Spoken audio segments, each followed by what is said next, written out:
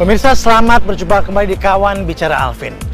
Ada satu hal yang bisa menggugah perasaan masyarakat dunia. Bisa kesal, bisa sedih, bisa senang. Tapi hal ini juga justru bisa membuat persatuan sebuah dunia. Sepak bola. Nah, sepak bola ini digemari oleh berbagai kalangan, muda, tua, laki-laki, perempuan, dan berbagai profesi pun bisa menyukai olahraga yang satu ini. Saat ini seperti yang pemirsa lihat, Uncle sedang berada di Stadion Madia Gelora Bung Karno, Jakarta Selatan. Uncle janjian sama sahabat Uncle, Kawan Bicara Alvin, seorang coach yang menjadi perbincangan sejak dia mengantarkan Indonesia ya, mendapatkan gelar pertama di ajang Piala AFF U22 tahun 2019 lalu. Dia adalah Coach Indra Syafri. Dan langsung akan ajak untuk bertemu dengan beliau di atas. Kita pakai lagi karena kita mau jalan. Kita akan langsung jumpa dengan dia. Yuk.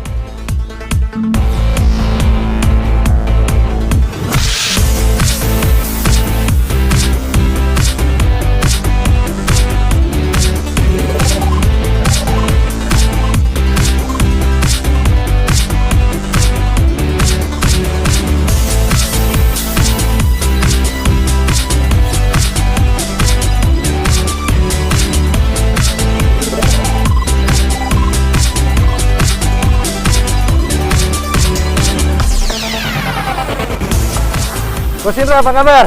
Wah, sehat? Baik. Wah, senang akhirnya bisa. Baik, alhamdulillah, Coach. Senang. Sehat dulu ya. Iya, alhamdulillah itu ya. Paling penting. Itu yang paling penting. Dan senang lihat Coach kayak gini, saya ikut sehat juga jadi. Jadi lagi sibuk TC ya katanya? Ya, jadi ada sedikit perubahan tentang status ya. Kalau dulu kan saya aktif di lapangan. Betul. Sebagai pelatih, dan sekarang saya ditunjuk menjadi technical directornya PSSI, membawai beberapa pekerjaan, termasuk timnas. Ya, itu kan? Dia. Timnas U23 senior. Nah, ini lagi persiapan tim nasional U19 menuju Piala Dunia tahun 2021. Wah, mantep itu. Semangat terus ya. Jadi sekarang di kepengurusan kan, jadi tadinya biasa di ini.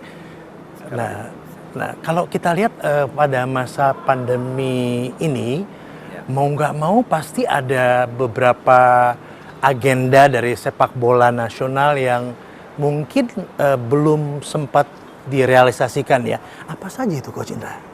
Iya, tidak hanya kita ya, dampaknya. Semua orang kena ya. Dunia ya. Dunia juga. Kalau kita yang jelas kompetisi tahun 2020 tertunda, dan nanti mudah-mudahan di Februari ya, 1 Februari kita akan putar. Tapi kalau kalender AFF, yang jelas AFF Suzuki juga dua kali undur, nanti diundur lagi ke Desember, dan banyak event-event kayak World Cup yang kualifikasi. Betul. Juga kita mundur. Pokoknya tahun ini ya semua agenda-agenda harus direvisi. Iya, karena semua kena dampak mau nggak mau ya begitu. Nah, dengan adanya pandemi ini sendiri dan harus reschedule ataupun kemudian diundurkan, apa yang dilakukan Coach sebetulnya? Sebagai seorang direksi dari teknisi ini sendiri untuk PSSI ini? Iya, memang Departemen Teknik tidak hanya membawa tim nasional ya. Kegiatan-kegiatan yang bisa masih berlangsung, yaitu kursus-kursus kepelatihan kita masih berlangsung, dan hanya itu, cuman kursus. Program-program lain pun terpaksa kita tunda, yaitu pengembangan grassroots dan kompetisi usia muda kita semua ditunda. Karena nggak bisa Tidak bisa. Di lapangan. Tidak bisa lapangan. Nah, kendalanya namanya olahraga, apalagi sepak bola. Betul. Ya kan? Ini tidak dilakukan di lapangan. Iya. Tapi menurut saya ya kita harus berani mencoba. Apalagi kepala negara sudah memerintahkan kita, ayo kita hidup di masa pandemi ini. Di masa pandemi atau new normal, atau tata kehidupan baru. Betul. Kalau kita tidak mencoba, ya tentu akan ketakutan terus gitu. Ya. Dan kita nggak dapat protokol yang benar. Salah satu contoh, waktu TC pertama kali masa pandemi, itu takutnya bukan minta ampun. Tetapi setelah kita lakukan, dan bahkan TC ke luar negeri pun kita, kalau kita jalankan protokol kesehatan dengan baik, kita disiplin, dan semua berjalan baik-baik saja. Jadi menurut saya harus diambil hikmah dari semua ini, dan kita jangan menyerah dengan pandeminya. Tapi kita yang harus berinovasi bagaimana kita hidup di masa pandemi. Ini saya suka nih kalau Coach Indra udah ngomong jangan menyerah. Ini khasnya Coach Indra banget nih ya. Bukunya juga jangan menyerah, semua segala macam itu kan ya dibikin ini. Jadi kalau udah ngomong jangan menyerah, ya betul jangan menyerah. Dan kita harus hadapi betul gitu ya. Tapi meyakinkan tim. Bukan hal yang mungkin semudah itu kan Coach ya gitu loh. Karena banyak orang dan banyak karakter, banyak perilaku yang kita harus kontrol. Tetapi kalau kita berani mencoba, dan alhamdulillah sekarang semuanya bahkan jauh lebih baik dari sebelum pandemi.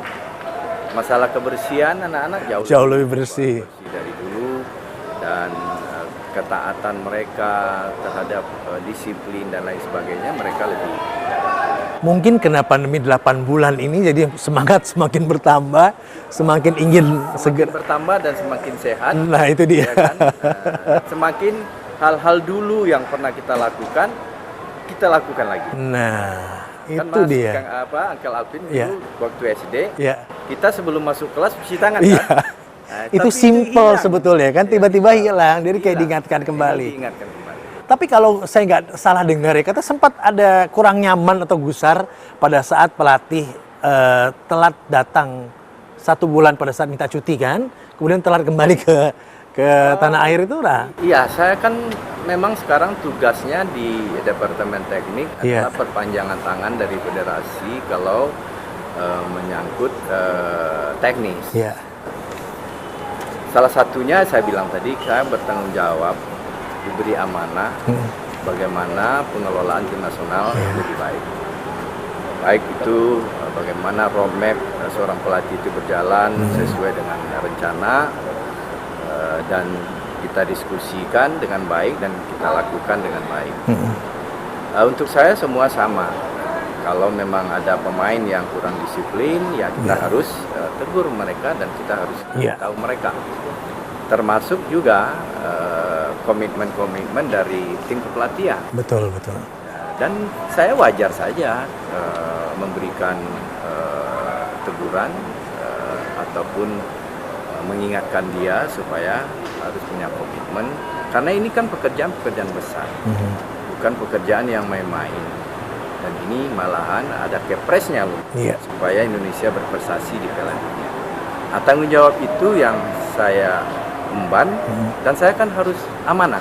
Betul. Ya kan? Nah, dan saya harus jalankan itu. Iya. Tapi kalau sebetulnya kriteria untuk memilih pelatih itu apa sih Coach sebetulnya? Karena kalau kita lihat ya apakah memang lebih baik dari luar gitu loh. Karena beberapa memang yang dari luar didatangkan khusus buat melatih. Jadi kriterianya apa sebetulnya gitu loh. Ya ini yang saya mau coba ke depan. Kita harus tahu kenapa pelatih itu dipilih. Menurut saya harus ada kriteria-kriteria yang cocok.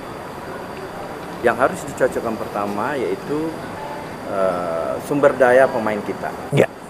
Pemain kita yang kayak apa, cara mainnya bagaimana, apalagi kita 2 tahun terakhir lewat Coach Danurindo sudah membuat suatu kurikulum, suatu filosofi sepak bola, namanya filosofi sepak bola Indonesia atau Pilanesia. Nah, minimal ya pelatih di situ kan di Pilanesia itu kita bicara cara bermain Indonesia. Nah, kalau kita memilih pelatih tentu minimal karena Pilanesia ini kan belum mendunia. Betul. Minimal dia mencoba memahami itu. Nah, itu kriteria pertama. Yang kedua kultur juga.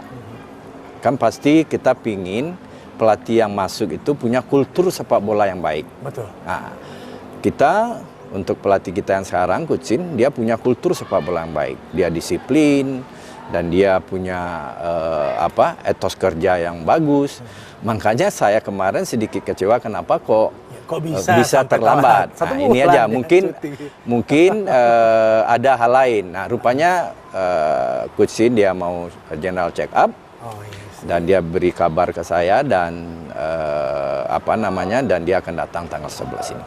Nah, Coach kan juga di lapangan sebelumnya kan. Ya. Sebetulnya komitmen apa yang harus dimiliki oleh seorang coach pada saat di lapangan itu sendiri? Ya, komitmen itu kan tertuang di kontrak kerja, ya kan? Tanggung jawab, tugas di situ kan target di situ kan dicantumkan. Dan memang semua mulai dari roadmap, program latihan itu yang membuat pelatih kepala. Ya. Tetapi di kontrak dibunyikan dia harus berdiskusi dengan federasi untuk ini bisa kita support atau tidak. Nah, ini yang menjadi tanggung jawab pelatih. Yang kedua yaitu harus menjalin hubungan baik antara pelatih dan federasi. Saya pikir hampir semua pelatih itu udah paham lah, nggak perlu diberikan lagi. Untuk saat ini ya Coach, apa yang ditekankan pada tim sebetulnya? Kalau dari saya melihat progres ya selama saya mengikuti kepelatihan ini, saya setuju nanti Piala Dunia itu sifatnya kan turnamen. Ya. Pertandingan 3 kali itu jaraknya sangat pendek istirahatnya. Perlu bekal fisik yang prima. Dan Coach Sin lagi membangun itu semua. Dan saya setuju sekali itu. Jadi itu yang harus ditekankan untuk mereka semua. Ya. Tapi dari SDM kita sendiri bagaimana? Alhamdulillah dari beberapa pemain yang mengikuti program yang diberikan dan semua dengan senang hati mengikuti dan tentu parameternya dilihat dari peningkatan dia dari sisi kualitas.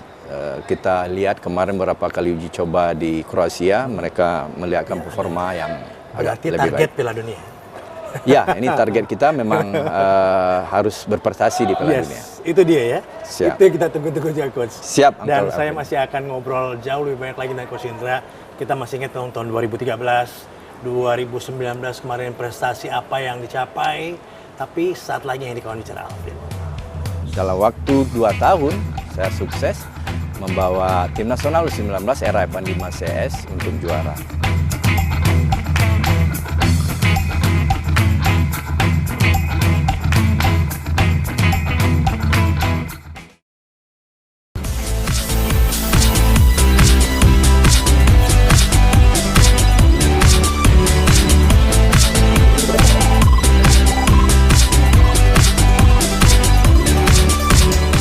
Kembali lagi di Kawan Bicara Alvin di TVRI, masih bareng Coach Indra. Coach, begitu banyak orang tanya kenapa mau join PSSI, khususnya di ini posisi menarik yang sekarang ini gitu. Ya,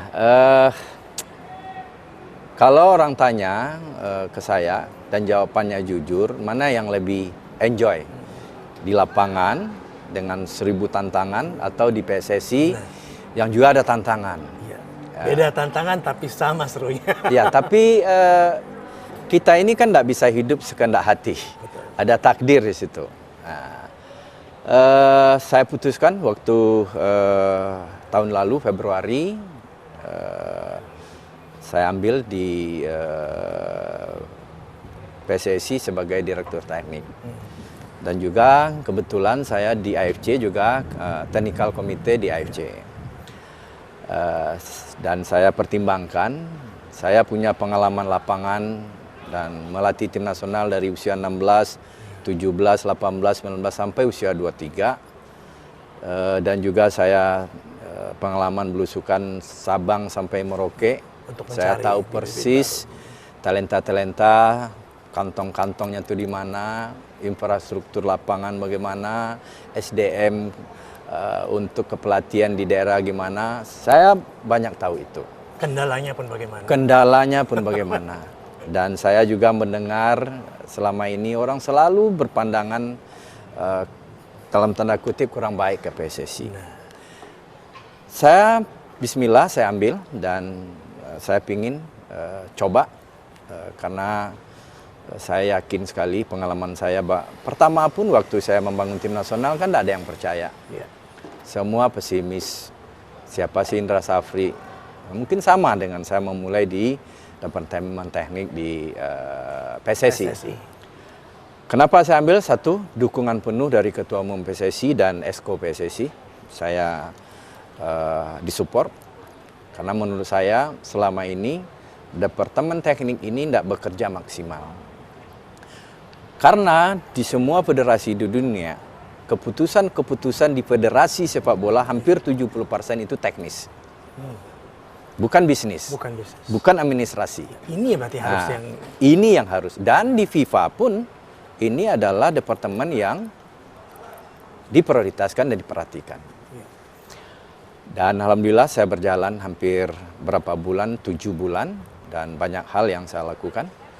Dan ada 6 hal yang saya akan perbaiki. Pertama tentu tim nasional sendiri, kepelatihan, terus pengembangan usia muda, grassroots, sepak bola akar rumput, sepak bola wanita, dan pengembangan Asprof dari sisi teknis.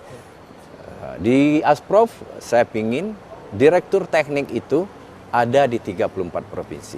Karena selama ini pergerakan secara teknis ya, secara organisasi mungkin ada, tapi secara teknis bagaimana kompetisi yang baik, bagaimana mengadakan kursus, bagaimana program-program teknis yang ada di PSSI juga diterjemahkan oleh orang teknis di Asprof. Ini obsesi saya, Uncle Alvin. Masuk kemari ya. Masuk ke Kalau PSSI. bukan orang sendiri, siapa lagi? Siapa gitu kan? lagi Mas Alvin? Ya, iya, tentu yang lebih tahu semuanya ya. Dan pengalamannya Mudah-mudahan. Amin gitu. Amin. Nah, kalau kita bilang PSSI sering sekali saya mungkin anggapan orang awam ya.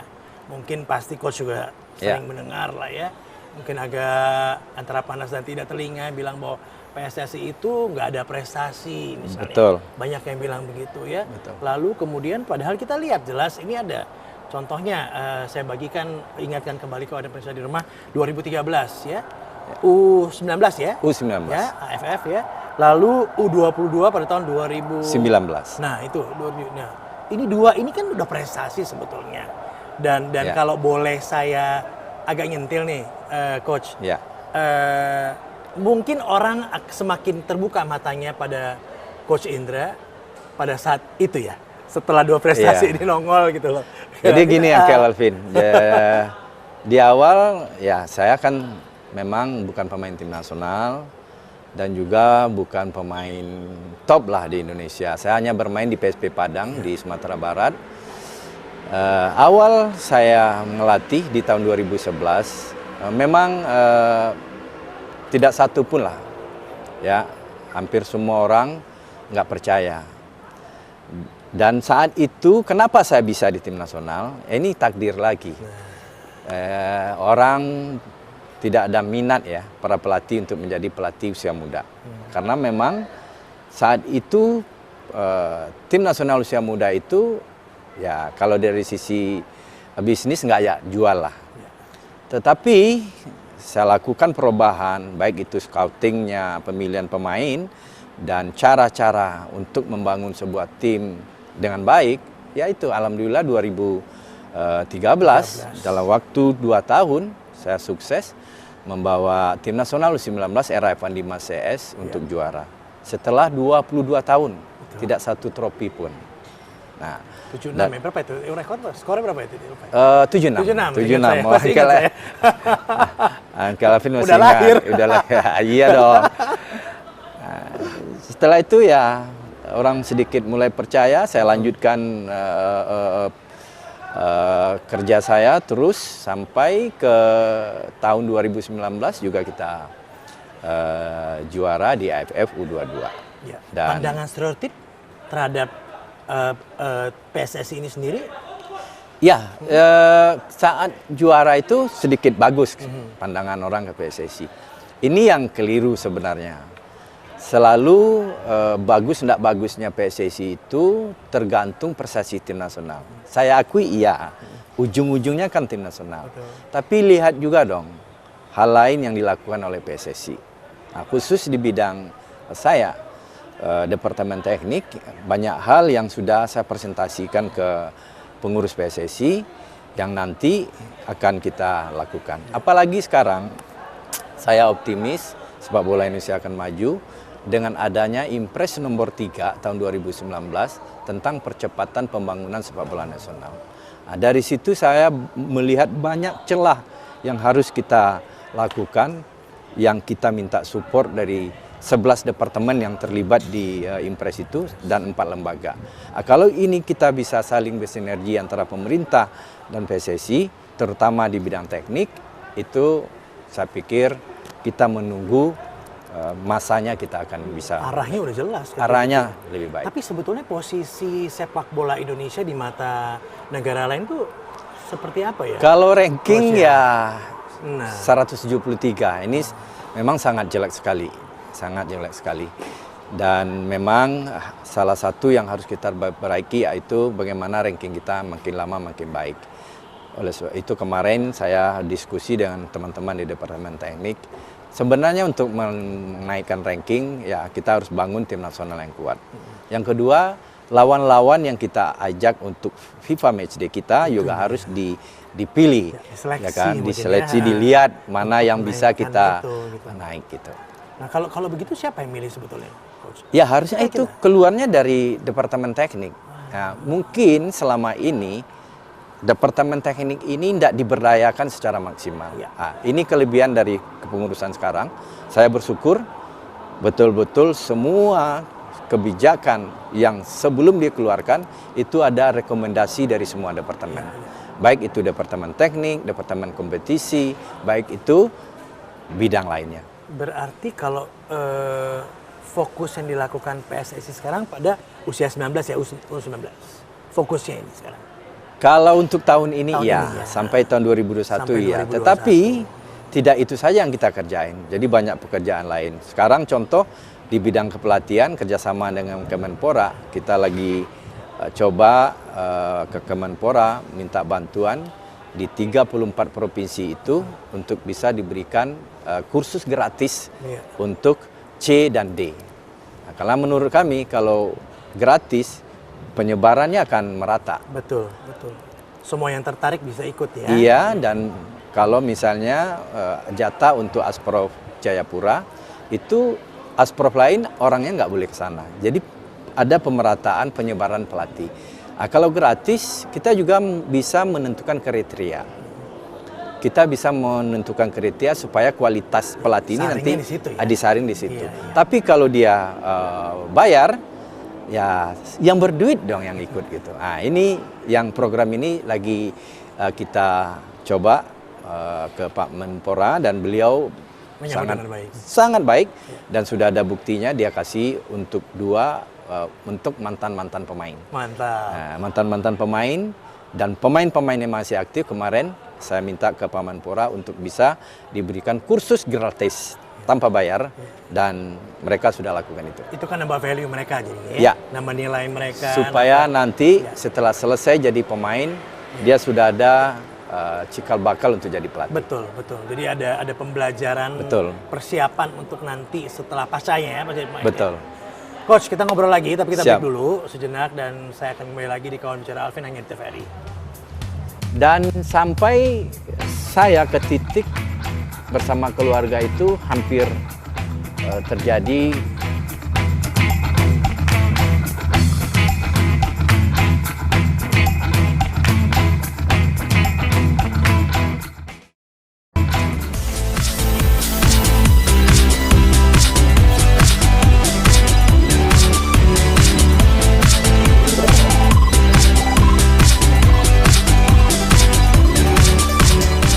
Anda kembali menyaksikan Kawan Bicara Alvin TVRI, masih bareng Coach Indra. Tadi kita udah ngobrol soal update daripada PSSI dan kemudian tim nasional dan lain. Saya tadi sempat ingin sedikit flashback tentang seorang Coach Indra. Nah ini pertama kali, memang dari dulu kecil ingin jadi pemain sepak bola. Terpikir nggak itu? Gitu loh. Atau jadi coach misalnya gitu. Jadi sama dengan anak-anak kecil di desa, pasti orang tuanya pingin anaknya jadi dokter. Betul. Saya terobsesi jadi dokter di awal gitu. Tetapi kegiatan sepak bola berjalan dengan sejalan dengan saya sekolah.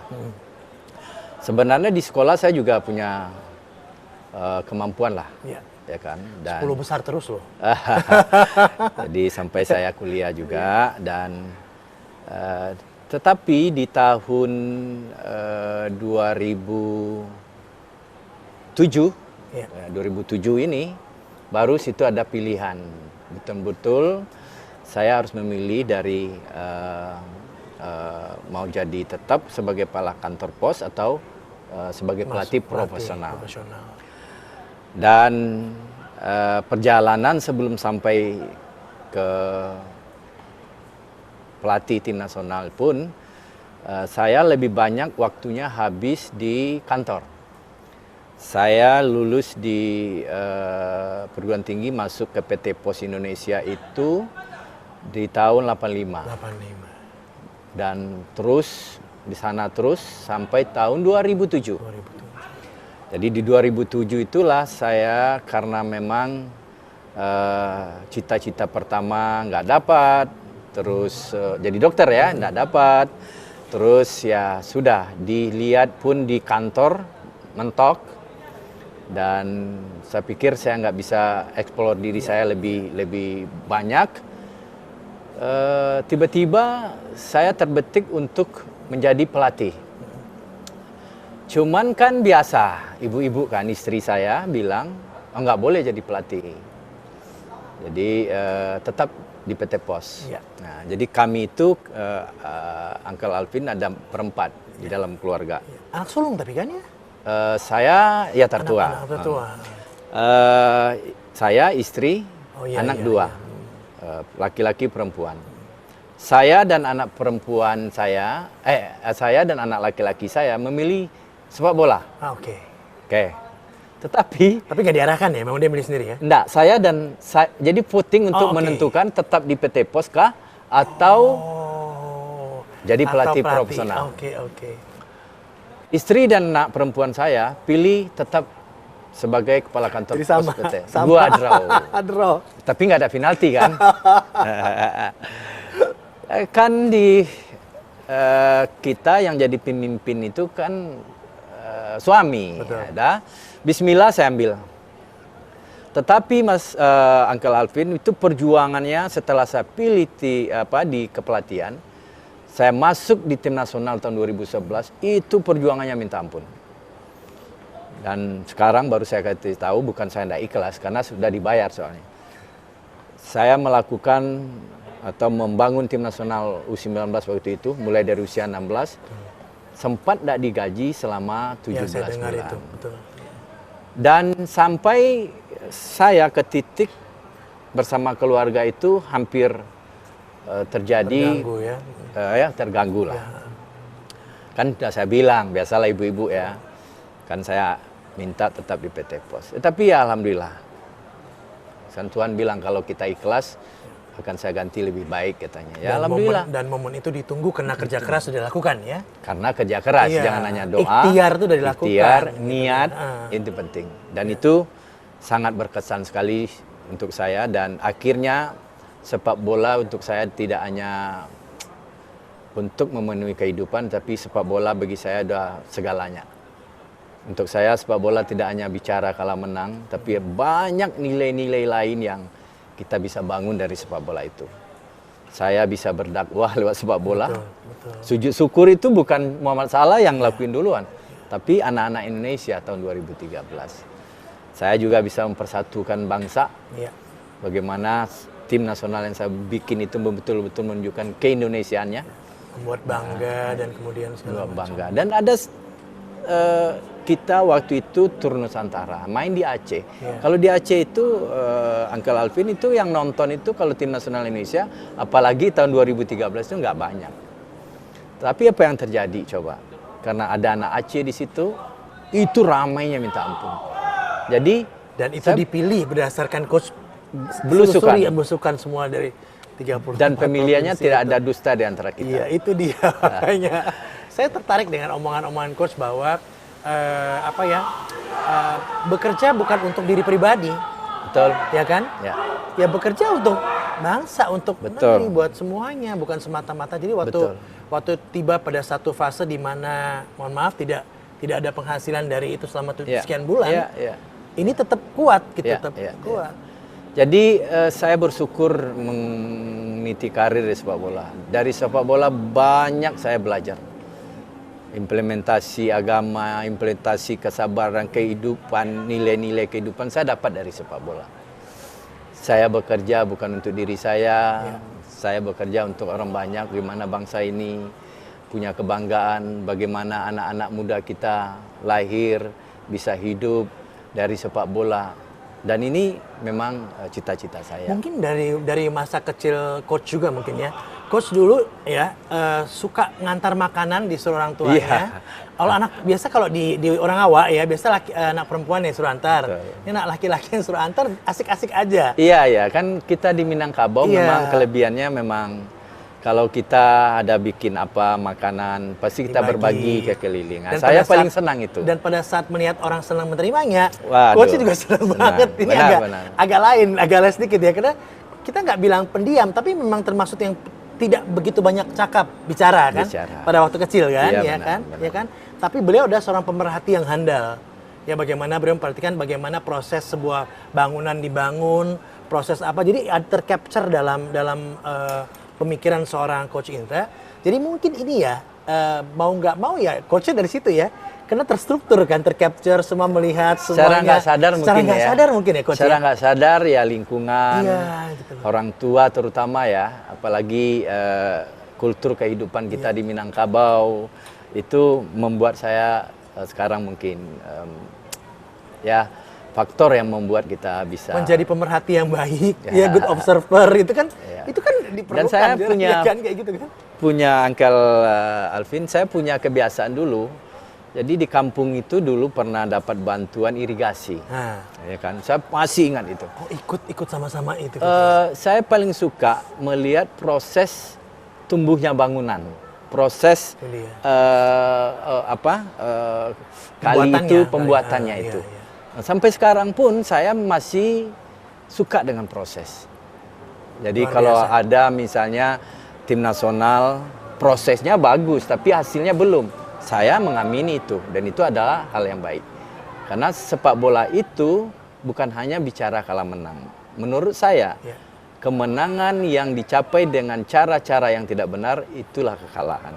Tetapi kekalahan yang sudah diperjuangkan dengan proses yang benar, itulah kemenangan. Keren. Jadi nggak ada yang tanpa proses ya. Harus pakai proses. Kalaupun belum waktunya, ya itu it's about the time, ada prosesnya nanti. Itu dibungkus oleh agama, itulah sabar. Iya, hingga nanti pada suatu saat nanti akan didapatkan apa yang sudah pasti kata Tuhan. Dan pasti. Itu janji. Janji. Kan? Iya, betul. Wah, asik ini. Tas lu dong anak nih. Siap. Soalnya nyambung karena sama-sama orang Minang. Beda dikit aja. Ini Kang Alvin dulu presenter idola saya. Aduh, malu jadinya kebalik dong, saya idola. Harusnya kayak gitu loh. Tapi memang ngobrol sama Coach Indra ini menyenangkan ya teman-teman ya. Saya tadi sempat bilang bahwa beliau dari kecil terbiasa memperhatikan. Ya, memperhatikan sebuah proses, kemudian mengerjakan sesuatu dengan penuh senang hati, riang, berbagai macam proses kehidupan juga didapatkan dari toko kelontong yang keluarga yang sempat terbakar ya, kalau nggak salah ya, dan pindah ke kota lain, memulai lagi dari bawah, jadi membentuk seorang sosok Coach Indra yang kita bisa lihat seperti sekarang gitu loh. Istilahnya ya udah tough gitu ya, udah digembleng gitu. Tahan banting lah ya. Tahan banting, belum lagi masuk di keluarganya, ada pemilihan untuk mau terus bekerja di PT Pos atau bekerja di jadi coach kan gitu. Nah, jadi tapi anak-anak di ini nggak diarahkan nggak untuk dalam hal tertentu kita harus mengarahkan anak-anak, apalagi dengan perkembangan teknologi semua. Tetapi tetap keputusan yang membuat dia gitu. Jadi kita yang mengarahkan, keputusan tetap di tangan dia. Karena saya juga mendapatkan itu dulu dari orang tua. Ibu saya mungkin bisa saja bercita-cita anaknya jadi dokter, Tetapi keputusan di tangan Tuhan dan saya lihat mana yang paling baik untuk saya. Iya. Yang penting bisa bertanggung jawab. Itu lebih penting ya. Itu jauh lebih penting. Apapun pekerjaan. Jadi mereka juga nggak terbebani gitu Tidak kan? terbebani. Makanya dia mau apapun jurusan di universitas. Ambil yang dia apa pilih. sekarang mereka? Kalau yang paling tua sudah kerja. Dia udah Alhamdulillah. tamat dan kerja. Dan yang kecil, yang perempuan, dia ngambil psikologi, sekarang lagi ngambil S2 dia. Wah mantap. Wah senang bapaknya ini. Ya kan, prinsip kita, Uncle Alvin kan, anak harus lebih baik dari kita. Dan Iya. kita harus lebih baik dari bapak kita. Betul, betul. Dan itu ini memang betul-betul enak ya kalau itu dicapai ya. Iya, Gitu kan, kayaknya alhamdulillah. tenang jadinya. Alhamdulillah. Baik, kita break lagi. Kita masih mau ngobrol banyak lagi. Di segmen berikutnya saya akan ajak pemirsa di rumah Kawan Bicara Alvin untuk lebih mengeksplor sosok Coach Indra saat lagi hanya di TVRI. Tapi kalau kita ndak passion, ndak happy, ndak enjoy di pekerjaan itu saya pikir ndak akan maksimal.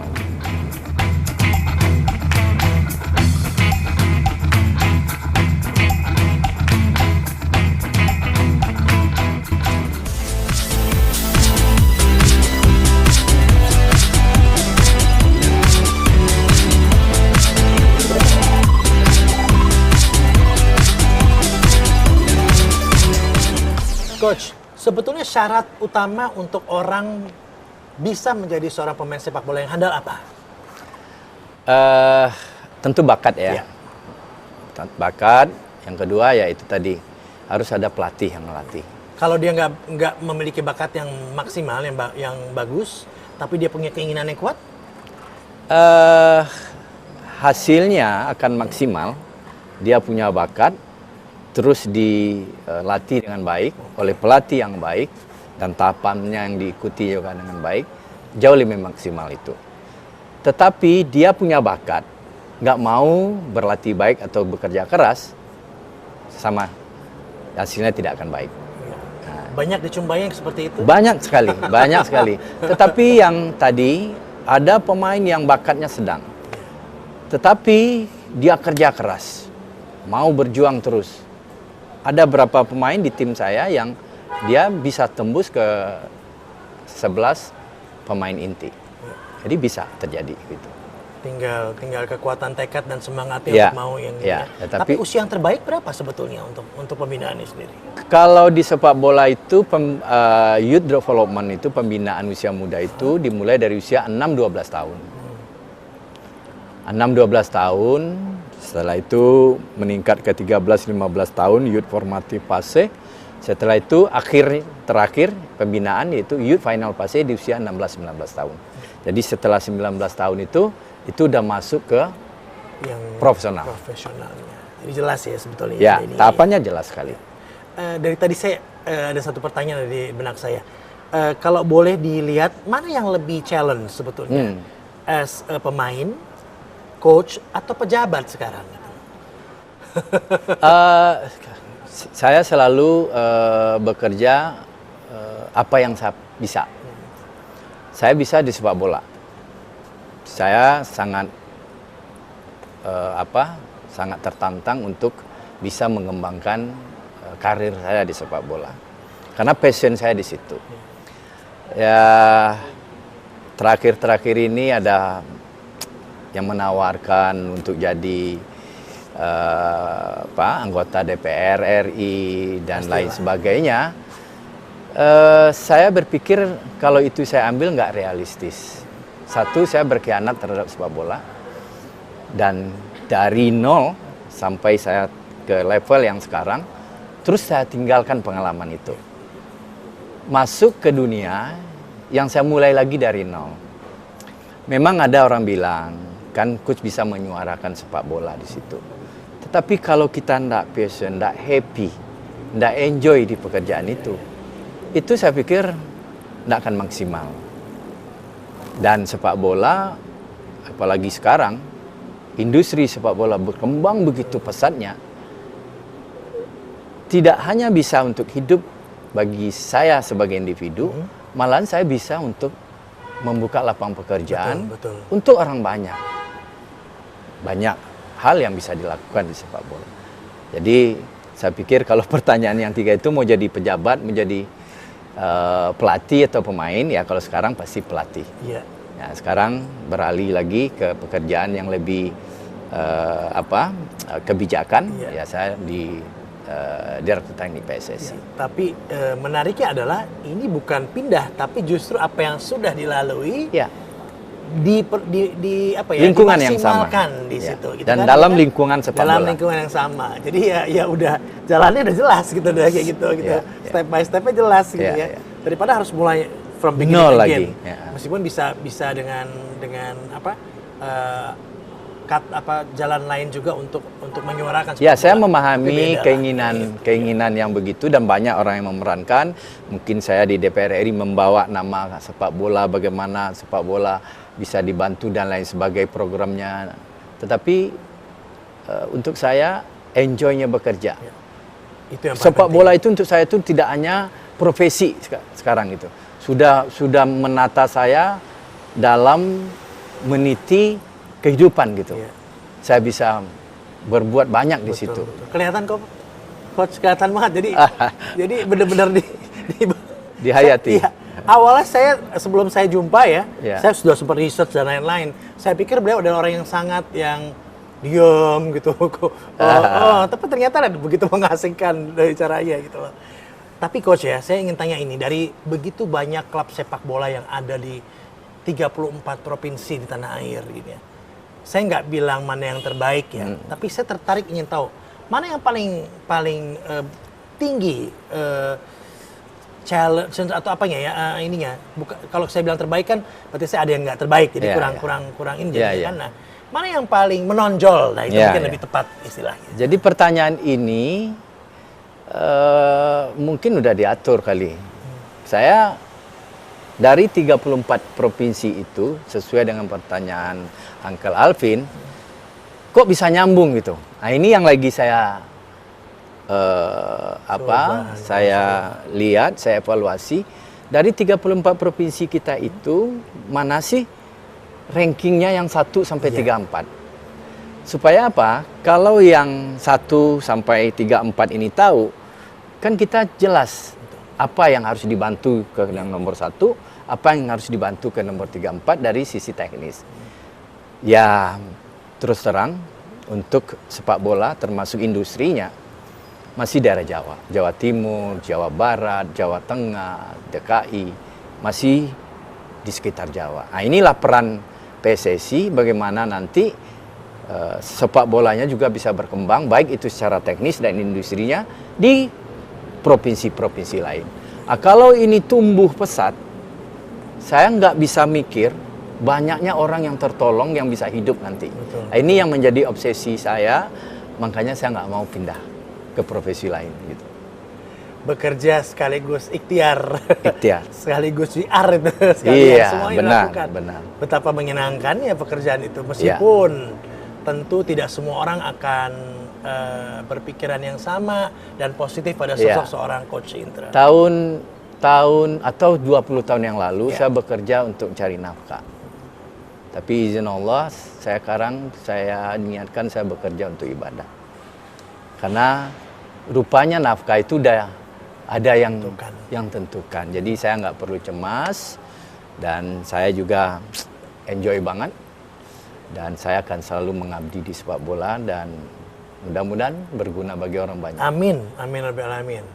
Jadi target ke depan lagi yang mesti kita lakukan untuk persepak bola nasional ini, yang diperbaiki lah. Satu yang saya harapkan dari hati saya yang paling dalam banget, kebersamaan kita, persatuan kita untuk membangun sepak bola ini, itu yang harus pertama. Karena sepak bola itu, maaf saya potong, sepak bola itu kan menyenangkan. Orang berbagai macam usia suka, laki-laki, perempuan juga ada yang tertarik, lalu kemudian dari semua profesi juga suka. Bisa nimbul happy, bisa nimbul kesel. Betul. Ya kan? Betul. Nah, ini yang mungkin, tapi juga bisa membuat damai semua orang gitu. Bisa. Nah, ini kan PR yang luar biasa nih Coach gitu kan. Nah.